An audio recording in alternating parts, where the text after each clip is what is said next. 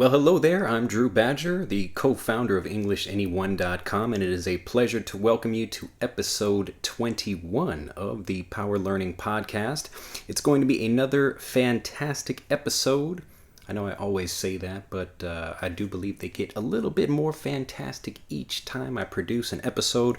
There's always new things to learn and new things to think about, and probably the most interesting thing is that I learn a little bit more about teaching every month, so that way I can give that knowledge and information to you and help you get fluent faster. It's really fun to make these podcasts, but again, it does get hot. We're still in the middle of summer, and I'm in a steamy room right now. This is the quietest room I could find where I can actually make this episode for you. So let's get into it. In today's episode, I'd like to talk about something that I actually mentioned to my Power Learning members not that long ago. And my Power Learning members, this is my free email subscription where you can learn lots of tips and a lot more detailed information than what I give even in videos. And it kind of helps support what I teach in my program, Master English Conversation. So if you're looking for more information about how to learn specific learning quick tips, and especially the psychological things, the mindset things that actually are even more important than the language you're learning, I highly recommend you join if you're not already a member. But what I was talking about in an email recently to Power Learning members is how different what I do is from really what most of the people that are doing in the actual teaching world. And this happens because most people are doing the typical thing that they were taught how to do. And again, it's the actual thing that I was first taught how to do when I began teaching. Now, over 10 years ago, when I first came to Japan, I had no real teaching experience as far as, actually teaching in the classroom. I really like coaching and teaching and that kind of thing, but it wasn't something that I had actually gotten a formal education for. So I had a degree in philosophy, and I knew how to think and I knew how to talk with people, but it wasn't something that I had been specifically prepared for, like having a master's in some kind of English certificate, something like that.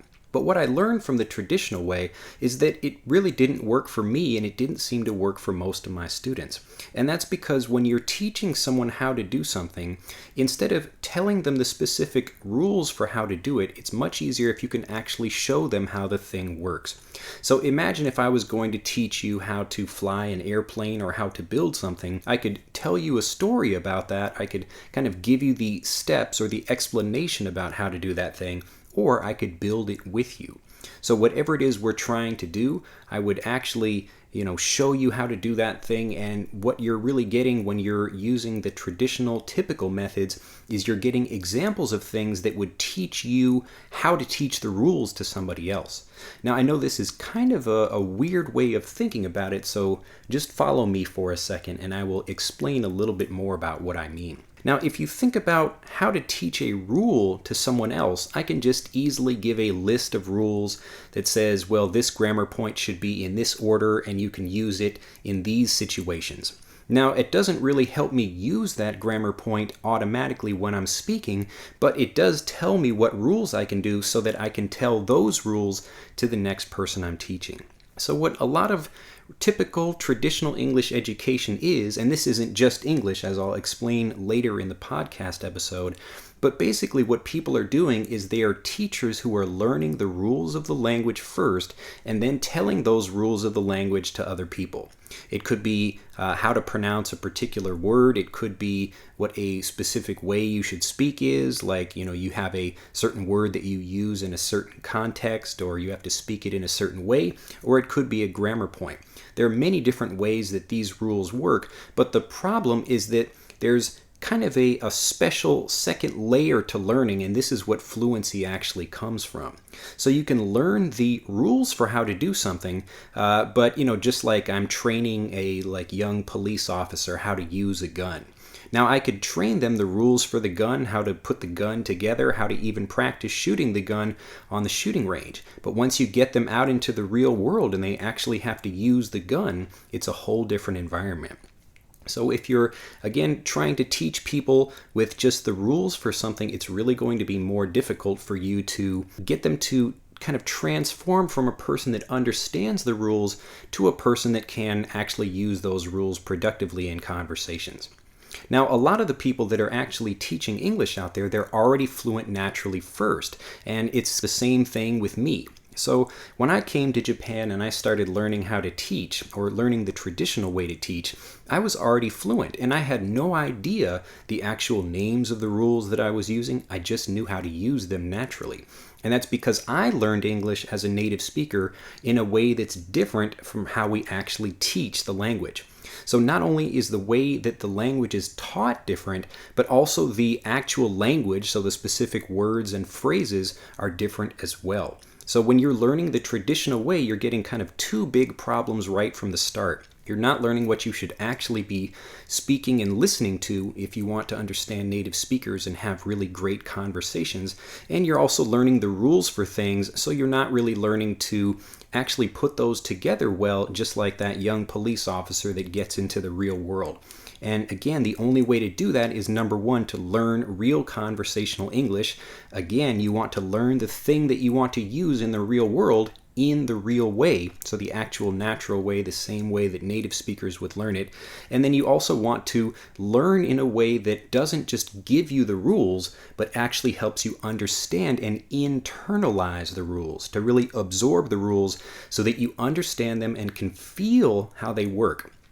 Now again, this feeling or this sense of how grammar works, it's not from studying grammar rules, but it's from understanding how grammar works in a natural way. And that's precisely why I do a lot of video, and my main focus is using video to teach. You can see the motion, how it works, and you understand it intuitively. So that's what I strive for with the lessons I create.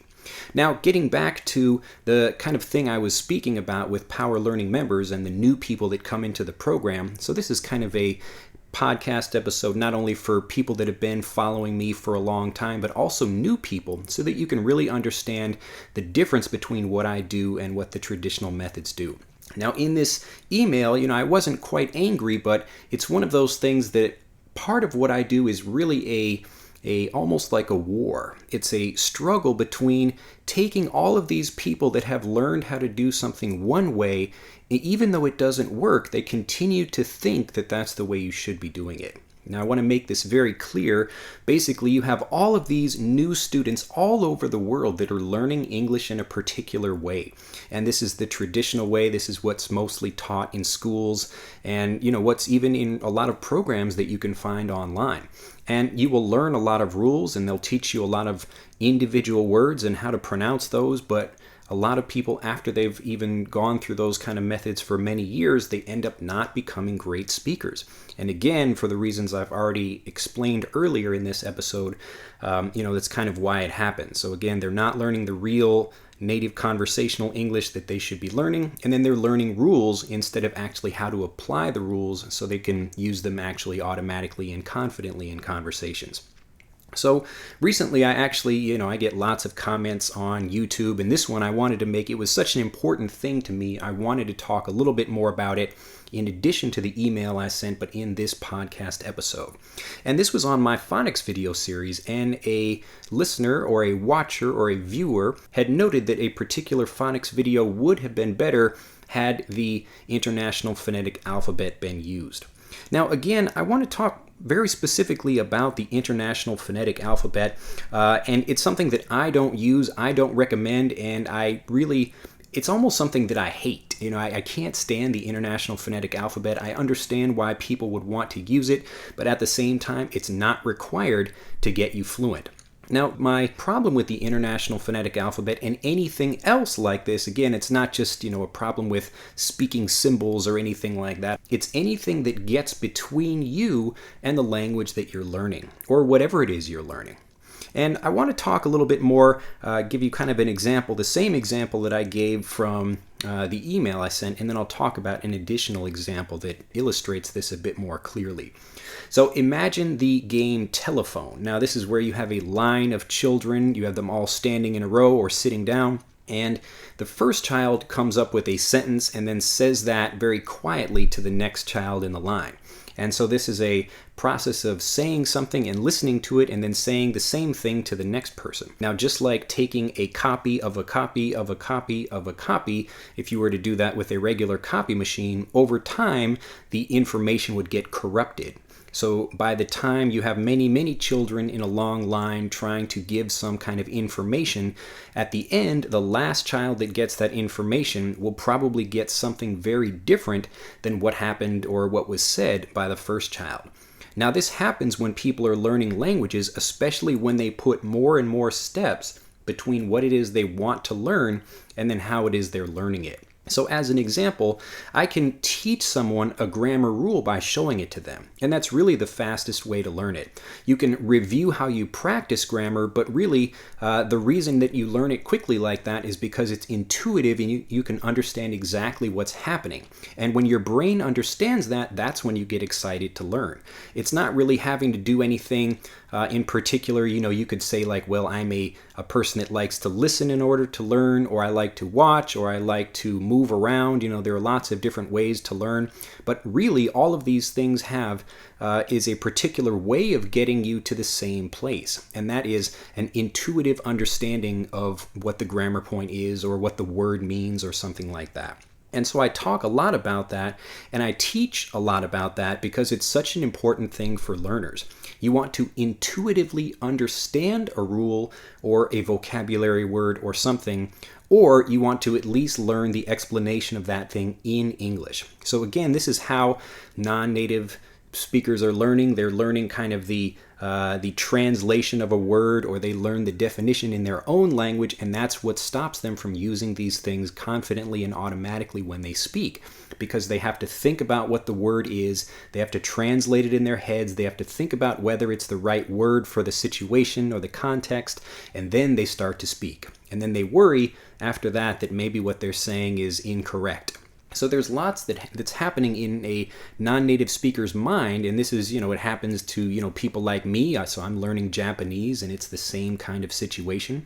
But because of how I learn Japanese, I don't really do so much thinking in my head when I speak. I just kind of naturally speak. I may not know every word I want to use, but I'm really speaking much more fluently because I didn't teach myself how to speak the language the traditional way. I stopped doing that when it stopped working for me, and that's exactly why I teach the way I teach now.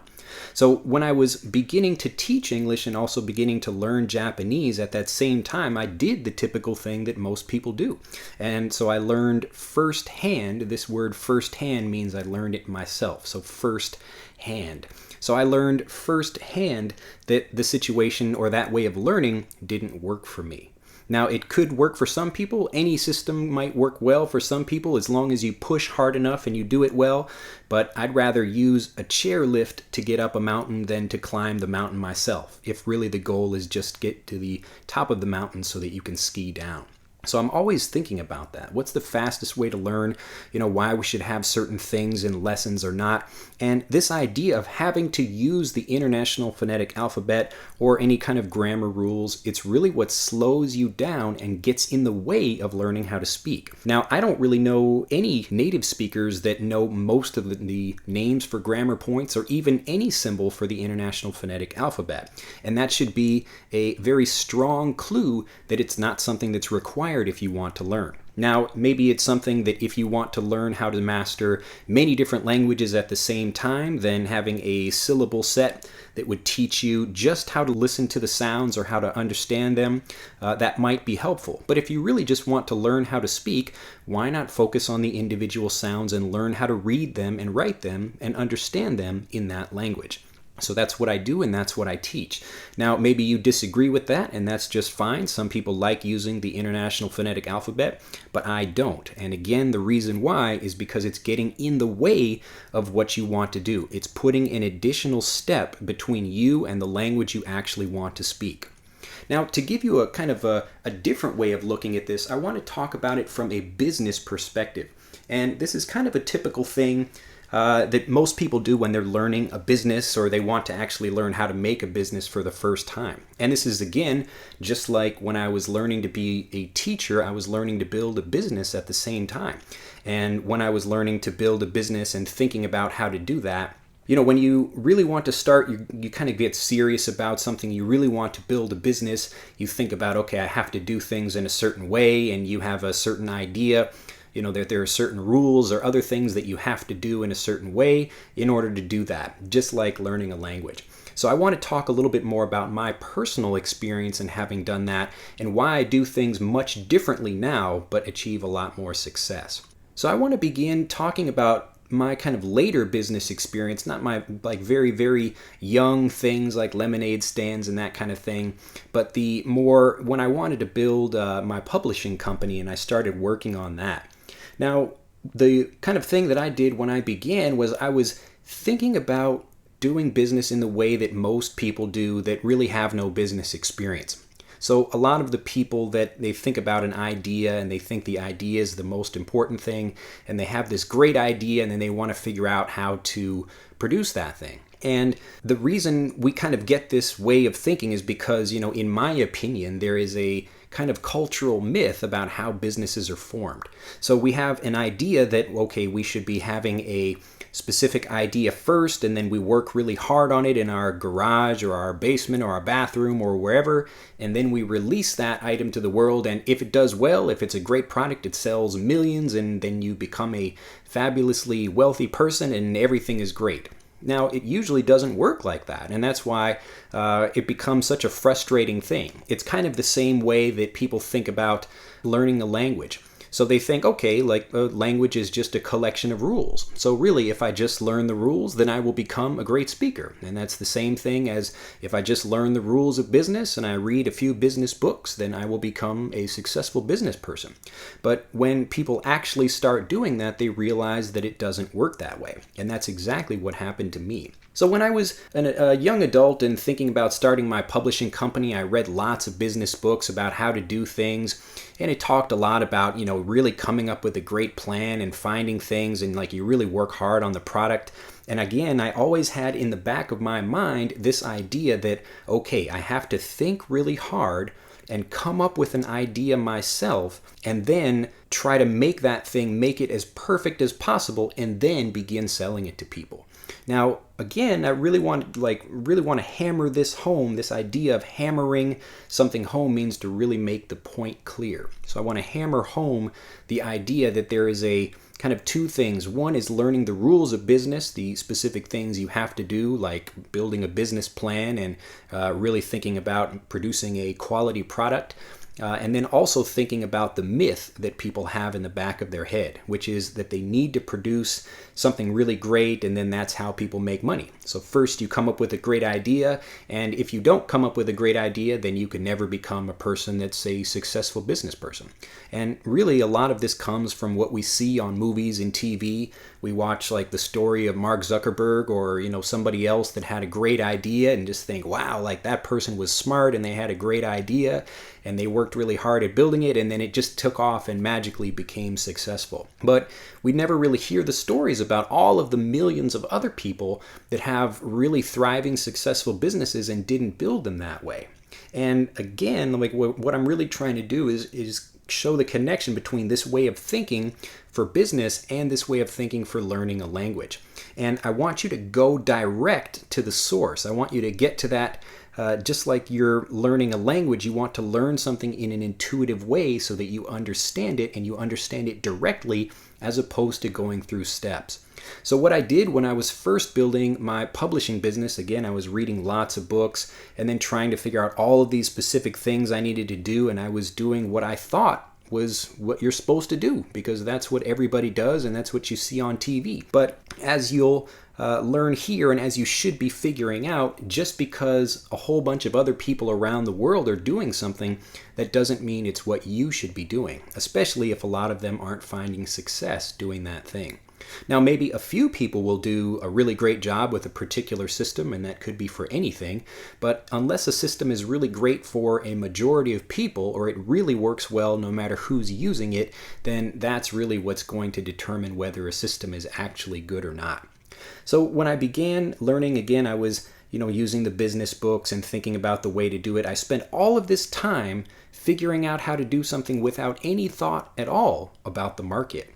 And as I learned and I started learning more about business and marketing and advertising and other things like that, I started to also look at the different way that I should be rethinking the way I learn and the way I teach English. So what began to change is when I really thought about what's essential here. I really want to, when I teach and when I learn, I want to give myself a lot of motivation, and the best way to do that is to have a lot of quick successes. And it could be something very small. It doesn't need to be a really large thing. It could be really just something as simple as like finding your first customer. And that's really like the basis of business. If you don't have a paying customer, you don't have a business, period. And instead of thinking about a product and other things that you have to do, you really have to think about what's essential and what are the real steps that you need to take in order to achieve something. So let's contrast the differences between the typical way that people turn an idea into a business and the kind of not so typical way, but the way that's actually much more successful and much more likely to give you a guarantee of success.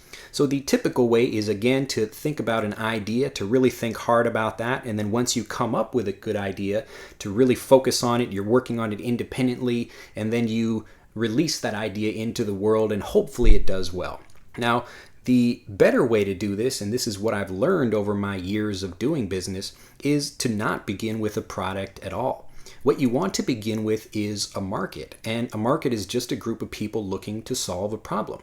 And so when you stop thinking about an idea that you need to come up with, what you're really thinking about is, what does the market need? What is the actual problem that needs to be solved? And once you do that, all of the pressure is gone to come up with an idea and to think that, well, it's my idea, and if I don't have an idea, then I don't know what I'll do. There are an infinite number of problems in this world, and with each new business, there are new problems that are created for other businesses because they have to compete or they have to figure out how to change their business methods or models, anything like that. So what I did when I was kind of learning a different way to do business, I was also thinking about a different way to teach. And that whole idea of really getting to the heart of what's essential and what's required in order to achieve success. So in the business example, what you really want to do is go to a market first and really listen to them and talk to people and figure out what is the problem that I could solve for this group of people. And because you're doing that, what you're really doing is finding your first customer or your first group of customers. Because again, that's what a business is. It's just an entity that creates solutions for people that want to achieve something or they want to relieve a pain or something like that. And if you can do that, that's how you create a business. And the product and all of that gets created after the fact, around those ideas. Just like as an English teacher, I was thinking, well, why don't I get to really what's required here? Do you really need to know the rules of the language in order to speak it? Or should you just understand the rules of the language and how to speak them automatically? Now, if that's the case, then we should see millions and millions of people around the world that, number one, understand how to use English, and number two, don't know the rules and they can't explain how to use the rules. And that's exactly what we find. We find native speakers all over the planet, from Britain and United States and Canada and England and other countries, where people are understanding the language intuitively and then learning how to speak it automatically without actually knowing all the rules. And so why would you want to use something like the International Phonetic Alphabet or complicated examples and rules when you can go straight to the language? It should be really obvious and really easy that way.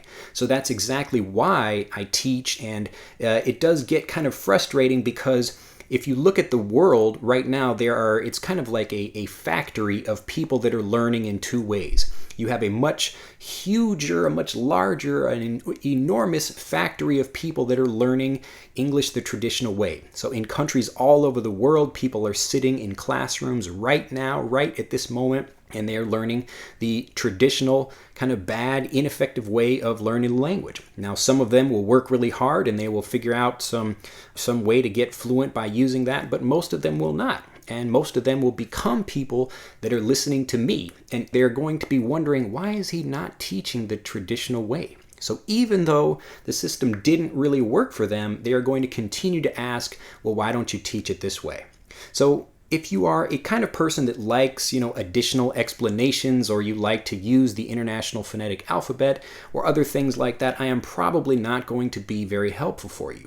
But if you really want to just get to the language, if you really want to speak and actually communicate in the same way that I'm doing right now, really express your ideas in a way that you could when you're speaking your own native language. Now, of course, even right now, I still have to think about what I want to say, but it's not because I don't understand the rules.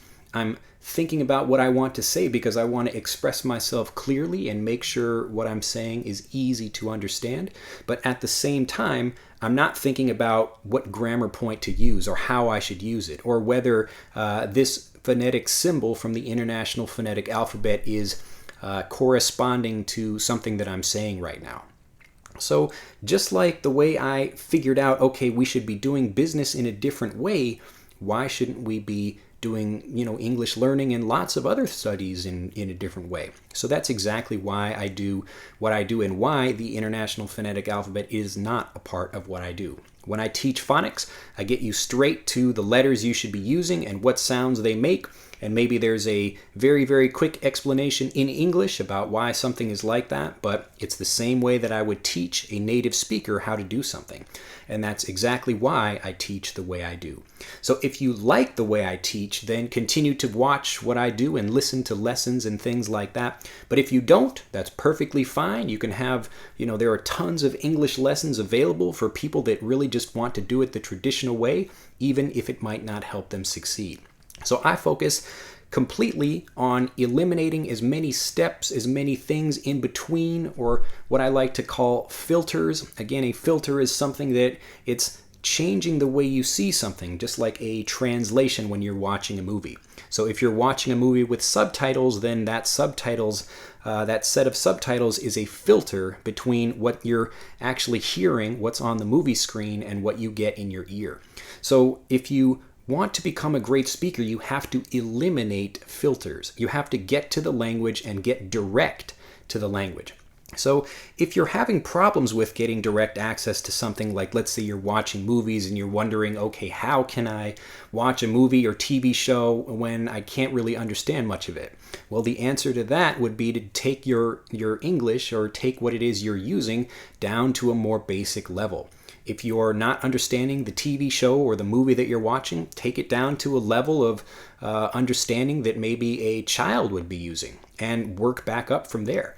It's much better to take a step back and really master the basics than to keep trying to push in the same direction you're going when it's not getting you anywhere. You'll get back to movies and things quickly if you take a step back and start reviewing the things that are easier for you. So begin with books and TV shows that you understand at least 80 to 90% of, so that way your brain understands the new information nice and easily, and then you can work your way back up to that. And finally, I'd like to leave you with 3 keys that will help you plot your own course to success. The first one is that you decide how you learn. So it's your decision. You are the one that gets fluent, and even if a teacher is telling you a certain way that you have to learn, you don't have to learn that way.